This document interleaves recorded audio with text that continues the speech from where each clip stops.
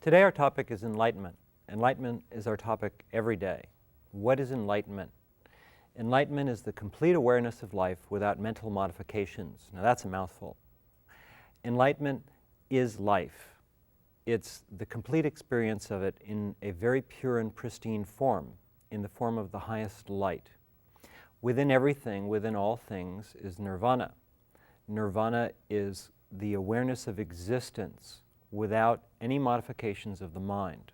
That is to say, that within us and all things, there's a central nexus, a point of experience that is ever present, ever new, and very wise. And that's the mind of the universe, life itself. The universe is within us, and it's within all things. Yet we see life as formations, as patterns, aggregates we call it in Tibet. The universe is made up of forms that we call people, plants, animals, worlds, universes, dimensions, experiences, patterns, the patterns of life. Where do these patterns come from? Where do they go to? What makes them? What sustains them? What transforms them? The central nexus, the center point, the still point in the middle of the turning universes is the universe itself. The universe makes itself, presents itself to itself through itself, and at the same time is removed from itself. The core of life is light, an intelligent light that we call nirvana. Through the practice of meditation, you can become aware not only of this world in new and deeper ways, but you can become aware of countless dimensions. The dimensions go on forever. They never begin and they never end, just as you go on forever, since you're part of those dimensions and they're part of you. Within us is infinity, eternity, not just figuratively, but within our mind, there are matching patterns for everything in life. So enlightenment is the experience of light. It's the experience of the perfection, of the brilliance, of the radiant knowledge that is life itself. At the same time, enlightenment is pattern matching. It's when things come together.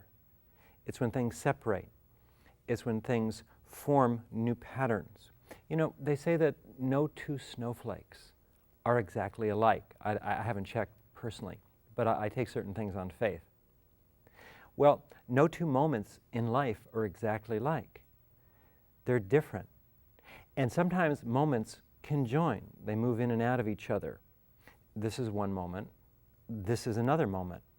Moments come and go. They shift. They change. So while enlightenment is entering into a deep state of meditation and becoming conscious of everything, of the whole universe, in its essence, in its stillness, in its peace and perfection, at the same time, enlightenment is pattern matching, pattern recognition. That is to say, it's becoming aware of the many, many facets of existence and how they interact with each other. Now, some things are difficult to understand, I think, for everyone. So, for example, it's hard to understand why we're alive, why there's suffering, why there's joy. Why does life end? Why does it begin? Why do we live just to die? These are the eternal questions. I understand these questions. I've had them.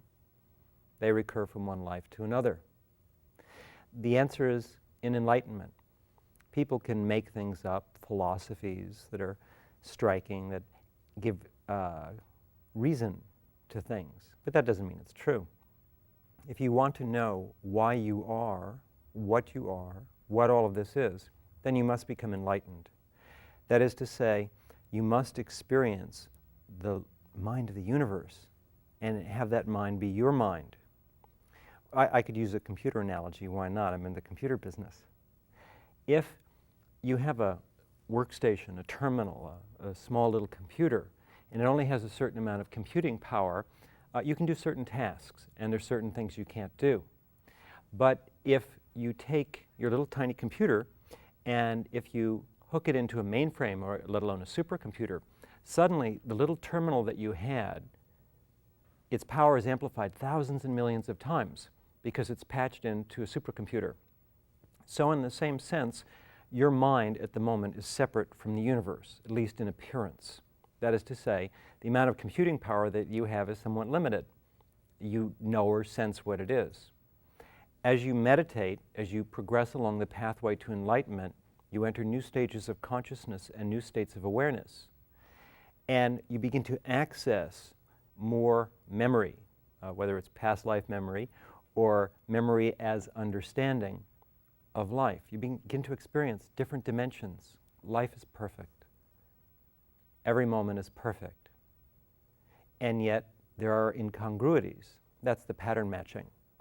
There is the pain, there's the agony, there's the crucifixion of Jesus Christ, there's the death of someone you love. There are things that don't make sense: war, disease, AIDS, famine, oppression. And someone would say, well, why would a God of love create AIDS? Why would a God of love create death? Why? Well, there isn't a simple answer. Or there is an answer, and that's life. There's the surface of life in which there is pain and transient experience. That's what we go through in a lifetime. I understand. There's the surface of life and the moments that we have that pass through our fingers and are gone. That's experience. Then there's something else on the other side of that experience. Life is a dream. You have a dream at night, and it's so vivid and it's so real. Something horrible is chasing you, and you're scared to death, and your heart is pounding. Someone wonderful walks into your bedroom, and you're very excited, or it's just weird, or it's just beautiful. But when you wake up in the morning, the dream is gone, no matter how powerful it was at the time, how real, how vivid. And if it was a beautiful dream, maybe you'll miss it. If it was a horrible dream, maybe you're glad you woke up and found out that it was only a dream. Well, beyond the surface of life, beyond the physical experiences that we go through every day, beyond an incarnation, what you call this lifetime that you're now in, there's something else, and that's nirvana, enlightenment. It goes on forever. And this life that we have, whether it's beautiful or horrible, painful, pleasurable, or a mixture of both, this lifetime that we have and are currently experiencing is a dream relative to the reality of the universe. Now, if you like this dream, if this dream is enough for you right now, there's absolutely no reason to wake up. There's no reason to become enlightened. There's no reason to go beyond. Just enjoy the dream that you're in, because the dream is real. It's part of life. Everything that life makes has a reality to it. But some things are more real than others. Some things last longer than other things do. And this life, this moment, this pleasure that you're experiencing at the moment, this pain, this joy, this ecstasy, this boredom, all these things are very transient. They don't last very long, do they? Look at all the years that you've had. Where have they gone? All the years that you're going to have, where are they coming from? This is the mystery of life, the riddle of existence. What is the riddle of life? How can all this be and yet not be? Enlightenment is an awareness of emptiness. That is to say, enlightenment means you take your mind and you merge it with what in Tibet we call the clear light of reality, the Dharmakaya, the essential light, the essential matrix out of which all things come. Doing that places you in the center of the circle, and at the same time on the perimeter, and at the same time no place at all. Doesn't make much sense logically. You experience reality in all of its stages and formations. The universe is so ancient, and it's so new, and it's very futuristic. And any ideas you have are absolute garbage about what life is.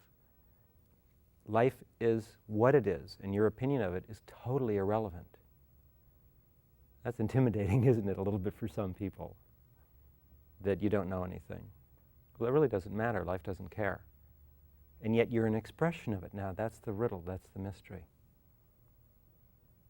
You know, in Zen, they have koans. What is the sound of one hand clapping? That sort of thing.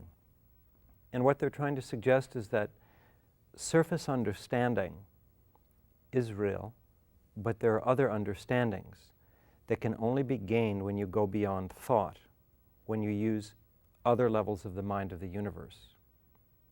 So really, enlightenment is something that's an awareness. Your mind and the mind of the universe can join. You can conjoin little sections of it and experience different dimensions. You can merge with the purest essence of it, which is beyond dimensionality, which we call the clear light of reality. Or you can experience moments, beautiful and incredible moments, just standing, watching the sunset in your backyard, watching your life fade before you when you die, being born, passing through experiences. Life is the panorama of all things. Enlightenment means wisdom. It means that you've gone beyond yourself and your own experiences, and you've experienced the mind of the universe and do again and again, forever, in all of its ever-changing aspects. And yet at the same time, you go into its center, into its light, into its perfection, into its perfect radiant beauty. And you merge with it and you dissolve. You dissolve the essence of who and what you are into that light. You go into the light until there's only the light. What happens then? Well, you have to check it out. You have to have the experience, I guess. And if you meditate and you follow the pathway to enlightenment, you'll have that experience not once but over and over. You go into the light. You enter into perfect consciousness, and it's powerful. And it changes you. It burns. It burns away all the obscurations, all the karmas, all the samskaras, whether it's the tendencies from this life or from other lives. If you keep going into the clear light of reality in what we call nirvikalpa samadhi, it's the highest stage of meditation. If you keep going into the clear light of reality, then there's only that light. Personality goes away, time goes away, life goes away, space, death, birth, everything goes away. And there's only perfect light. A light that's so vast and so all-encompassing that it doesn't even conceive of itself as light. There's no sense of self, there's no sense of other, there's no sense of sense. And yet there is existence, consciousness, and bliss. Sat, Chit, Ananda. Those are the Sanskrit words for existence, consciousness, and bliss. I'm a teacher of enlightenment. That is to say, I'm enlightened, and I enjoy being a vehicle of the expressions of the universe. I like to teach people about the play of existence. It's something that I became interested in a long, long time ago, long before this lifetime. I've studied with many, many great masters for many, many incarnations and learned things, secrets about life, about its beauty, about its many sides. I don't think I've drawn any conclusions.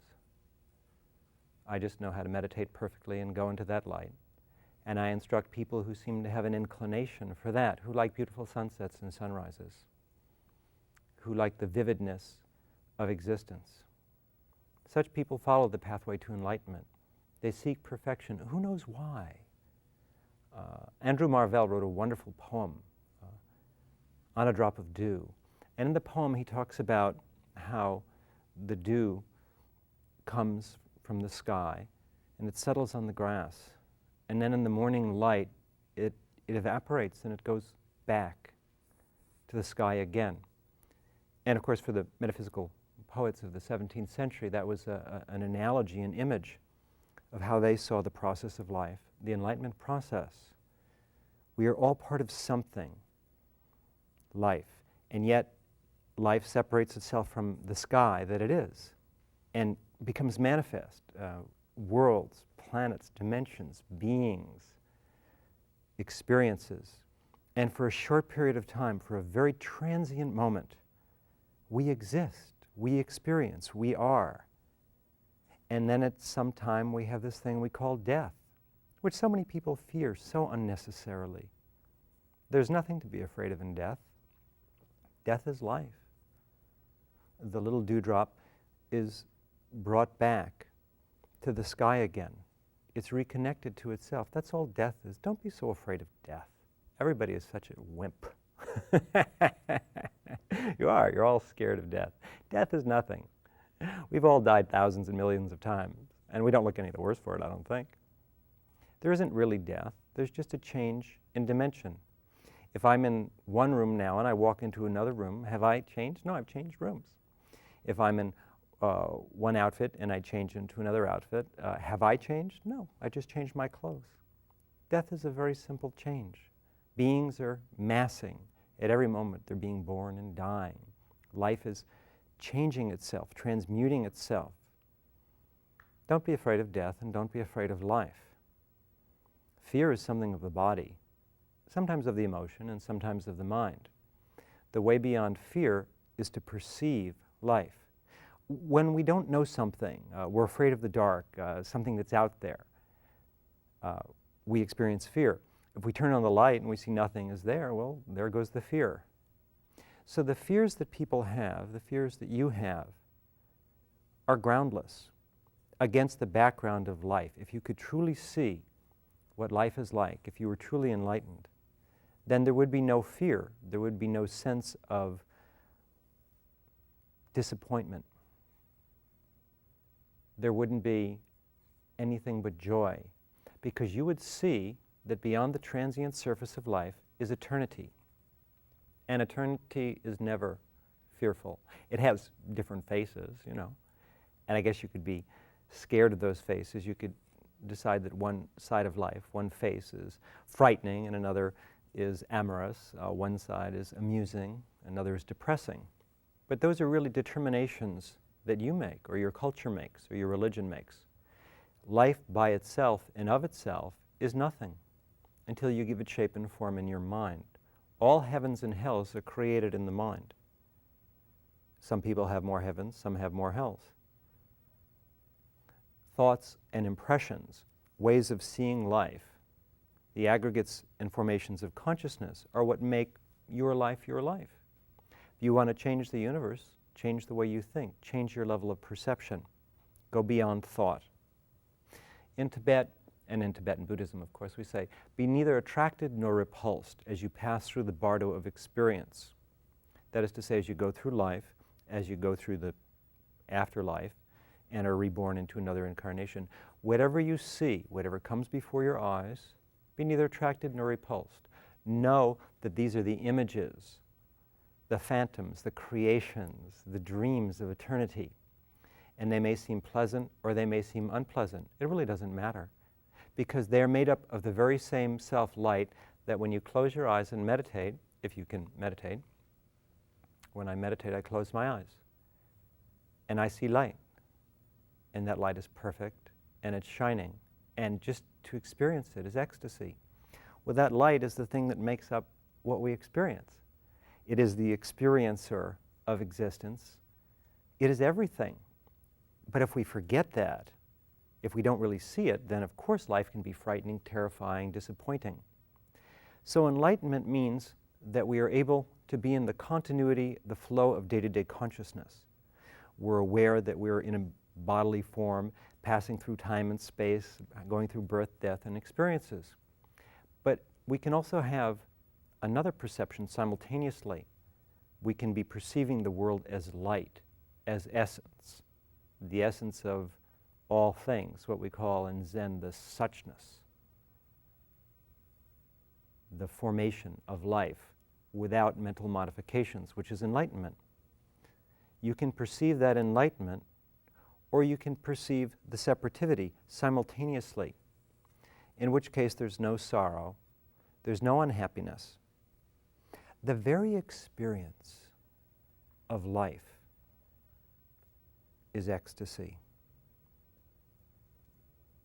When you open your mind deeply through the practice of meditation, when you clear out the hate, the anxiety, the anger, the frustration, when you gain control of the mind and direct it towards the highest light, at that point, everything's perfect.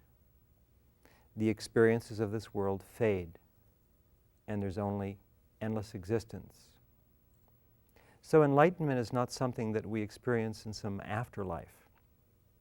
It's here now and forever. And yet, even though it's inside of us and makes up all things, we don't really know it. Well, we're back to that riddle of existence again. What is life?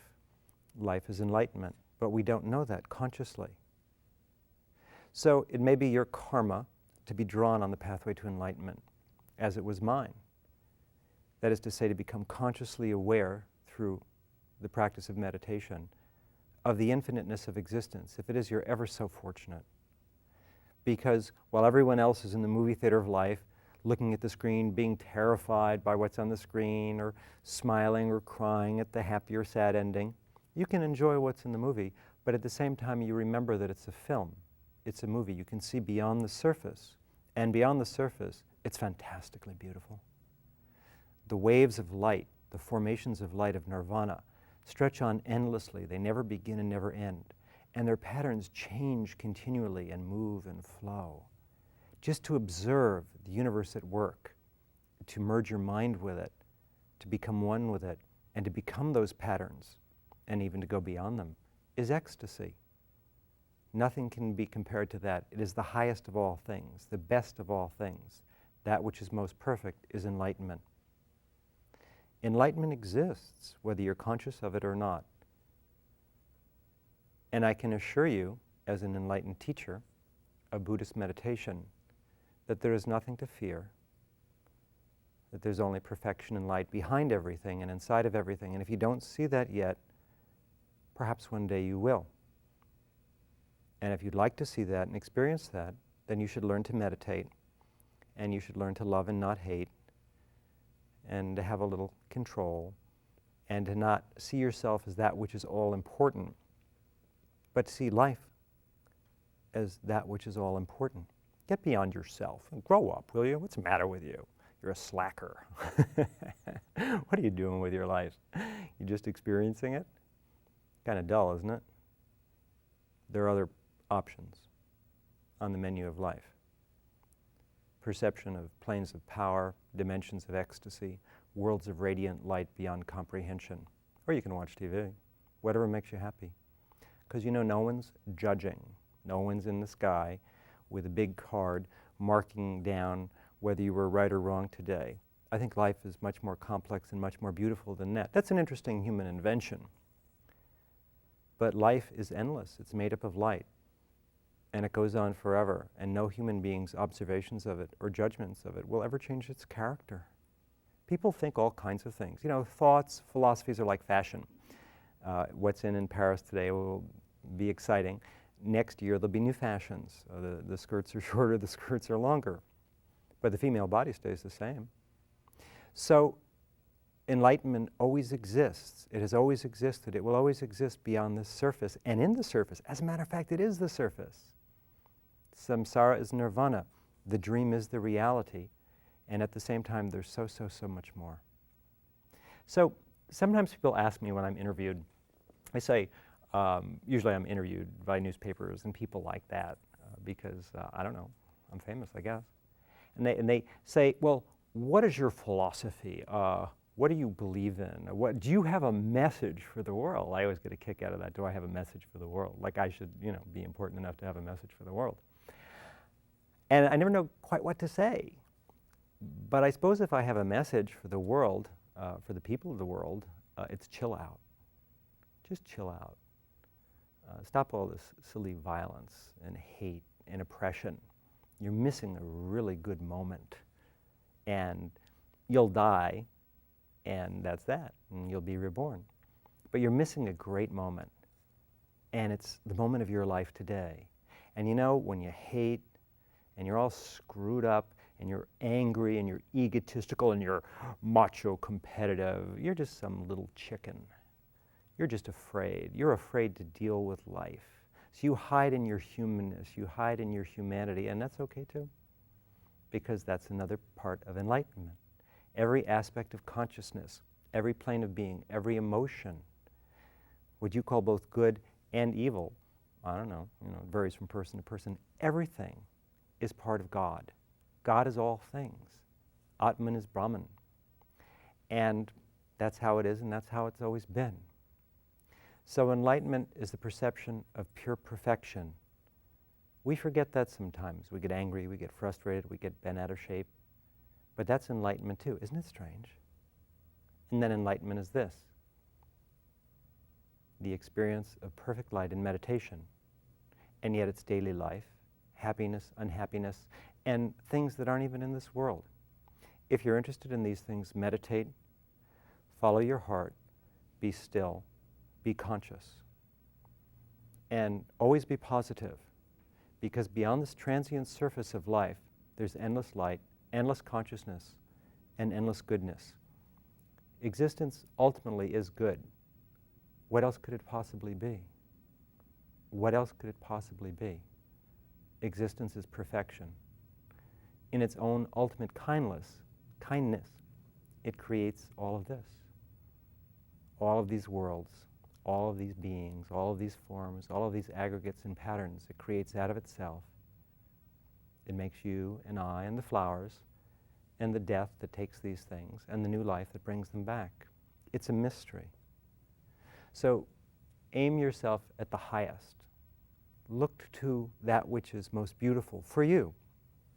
Experience the moments of your life in brightness. I guess if I have a message, that's it. Have a good time. Enjoy the show. Eat some popcorn, but watch out for the butter because it's got cholesterol. That's the wisdom of the enlightened. Have a good time with your life. And when it's not fun and it's painful beyond comprehension, withdraw into the stillness of your mind and look into life, into the depths of the universe, and you'll discover that there's only perfection, and that pain will go away.